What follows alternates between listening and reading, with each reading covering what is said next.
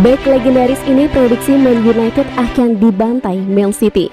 Manchester United bisa kena gilas Manchester City jika bermain seperti saat melawan Atlanta.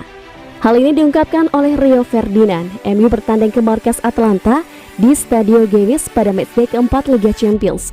Ladia unggul lebih dulu setelah membuka skor melalui Josip Ilicic di awal-awal babak pertama yang dibalas MU dengan gol Cristiano Ronaldo jelang turun minum. Di babak kedua, Atlanta kembali memimpin setelah Duvall Zapata mencetak gol kedua timnya. MU memastikan pertandingan berakhir sama kuat setelah Ronaldo membobol gawang Atlanta di injury time.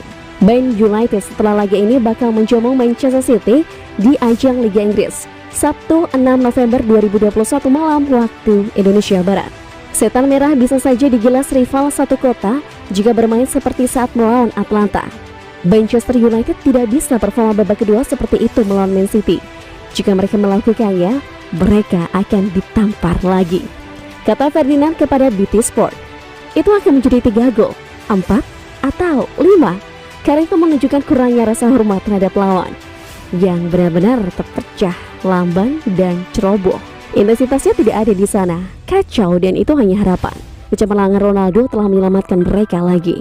Man United bisa saja tanpa Raphael Varane saat melawan Man City. Baik asal Prancis itu ditarik keluar saat melawan Atlanta karena diduga mengalami cedera. Sambut Conte, Guardiola, dia manajer yang luar biasa. Antonio Conte resmi ditunjuk sebagai manajer baru Tottenham Hotspur. Manajer Manchester City Pep Guardiola menyebut kembalinya Conte ke Premier League. Conte menggantikan Nuno Espirito Santo yang diberhentikan setelah Tottenham dipermalukan Manchester United 0-3 di akhir pekan.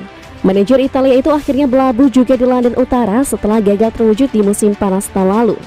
Ini akan menjadi periode kedua Conte berkarir di Inggris. Sebelumnya pelatih berusia 52 tahun itu pernah menghabiskan 2 tahun yang sukses bersama Chelsea pada tahun 2016 hingga 2018. 1 titel Premier League dan trofi Piala FA menandai era Conte di Stamford Bridge. Kembalinya Antonio Conte akan meramaikan persaingan di Liga Inggris. Sejauh ini Guardiola dan Conte sudah 4 kali bertemu di kompetisi ini dengan hasil seimbang. 2 kemenangan untuk Guardiola dan 2 kemenangan untuk Conte.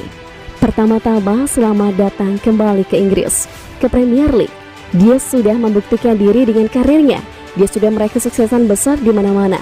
Betul-betul seorang manajer yang luar biasa, ungkap Guardiola dikutip dari Sky Sport.